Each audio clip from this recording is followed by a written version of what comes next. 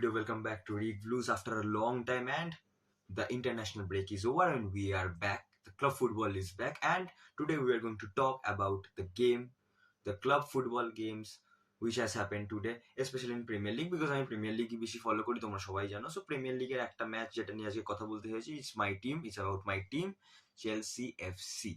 So Chelsea আজকে turf মোড়ে বার্নলির এগেনস্টে একটা ম্যাচ খেলতে গেছিল, and it was a very important game because চেলসির যে পরের দুটো ম্যাচ আছে পরপর, সেটা খুব দুটো বড় হেভিওয়েট টিমের এগেনস্টে। তো আজকের ম্যাচটা জেতাটা খুব ইম্পর্টেন্ট ছিল, অ্যান্ড চেলসি খুব কমফর্টেবলি, খুব নিটলি ম্যাচটা জিতেছে।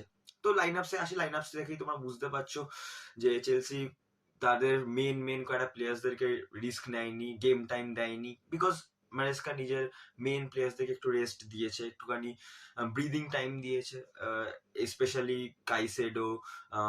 বাডিয়াশিল was back, but Caicedo was rested, Fofana was rested, Estevao Garnacho was not included in the team. So দেখেই বোঝা যাচ্ছে যে এনজো ম্যারেস্কা তার হাতে যে কটা বেস্ট পসিবল টুলস আছে এগেনস্ট বার্সেলোনা, তাদেরকে বাঁচানোর চেষ্টা করেছে, কিছুটা গেম টাইম ম্যানেজ করেছে ওদের, বিকজ ইন্টারন্যাশনাল ব্রেকসও এসেছে। তো ইন্টারন্যাশনাল ব্রেকে অনেক প্লেয়ার্সই এমন আছে তারা পরপর ম্যাচ খেলেছে, তো তাই জন্য রেস্ট দিয়েছিল। অ্যান্ড কাইসেডোর জায়গায় আজকে আন্দ্রে স্যান্টোসকে ইন্ট্রোডিউস করা হয় না। আন্দ্রে স্যান্টোস অনেস্টলি স্পিকিং মনেই হয়নি, মানে ফিলই করতে দেয়নি যে Caicedo was not playing today. How good of a player he is. চেলসির কাছে কিছু বেস্ট কোয়ালিটি ডিফেন্সিভ মিডফিল্ডার্স আছে in across all Europe. Andrey Santos, Caicedo, Romeo Lavia আমি জানি না কেন এখনো ফিট হতে পারছে না, কিছু প্রবলেমস থাকছে। বাট সামাও লিভারপুল ম্যাচটাতেও চলে এসেছিল, বাট তারপরে আবারও ডিসঅ্যাপিয়ার হয়ে গেছে। কিন্তু যদি Romeo Lavia, Enzo Fernandez and Caicedo যদি একসাথে স্টার্ট করে কোনো ম্যাচ, চেলসির মিডফিল্ডকে আটকানো নেক্সট টু ইম্পসিবল হয়ে যাবে। I am not trying to জিঙ্কস this thing honestly, but it's a truth. যাই হোক, খেলাতে আসি। তো খেলাতে যেরকম এক্সপেক্টেড ছিল চেলসি ম্যাচটা কন্ট্রোল করবে, চেলসি ম্যাচটা জিতবে, সেটাই হয়েছে। The most Burnley could have done কি ওরা ফিজিক্যালি হয়তো বুলি করতে পারতো চেলসিকে, কারণ চেলসি ফিজিক্যালি খুব একটা স্ট্রং না, যেখানে on the other hand Burnley খুব একটা অনেকটা ফিজিক্যাল একটা সাইড। তো যদি বার্নলি ফিজিক্যালি চেলসিকে ডিস্টার্ব করে, চেলসিকে ডমিনেট করে, কোনো মিস্টেক বার করে যদি একটা গোল তুলতে পারতো, বাট চেলসি সেটা হতে দেয়নি।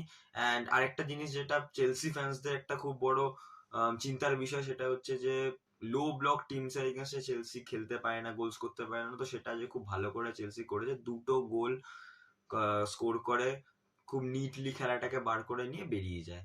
3 পয়েন্টস, অ্যান্ড ক্রুশিয়াল 3 পয়েন্টস। কারণ কেন ক্রুশিয়াল 3 পয়েন্টস, অবভিয়াসলি আমি একটু আগে বললাম যে আপকামিং যে দুটো ম্যাচ আছে, দুটো ইউরোপিয়ান জায়ান্টস এর সাথে ম্যাচ আছে। অবভিয়াসলি একটা পিএল আর্সেনালের এগেইনস্টে লন্ডন ডার্বি, আর একটা obviously a OG clash between Chelsea and Barcelona.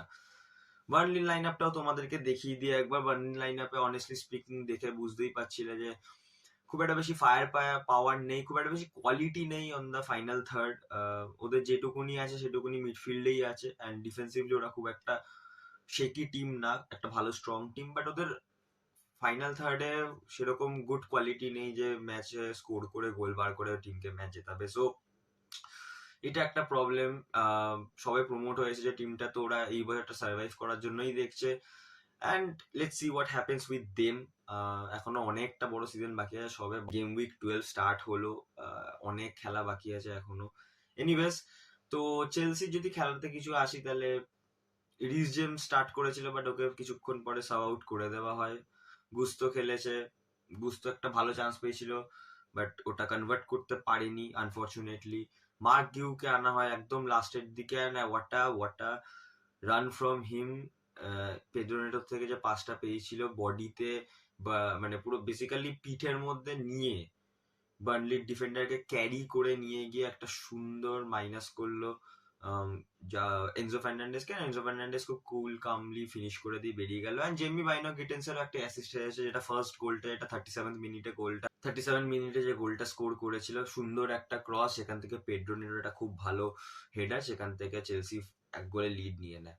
আমি একটা জিনিস যেটা দেখেছি এবছর চেলসির খেলাতে, সেটা হচ্ছে যে চেলসি এবছর ম্যাচেস না খুব স্লো স্টার্ট করছে, ও হড়বড়ি করছে না, প্রথম আধ ঘন্টা 15 মিনিট 20 মিনিট দেখছে, অপোনেন্টকে একটু অ্যাসেস করছে, তারপরে গিয়ে আসলে মানে পারফর্ম করার চেষ্টা করছে, বা সে accordingly to their opponent Chelsea খেলার চেষ্টা করছে। তো ইট টুক 30 মিনিটস। আজকে চেলসি প্রথম 30 মিনিট কোনো শট অন টার্গেট ছিল না, তারপরে 30th মিনিটে এসে চালোবার একটা শট, উইক শট, সেটা অন টার্গেট হয়।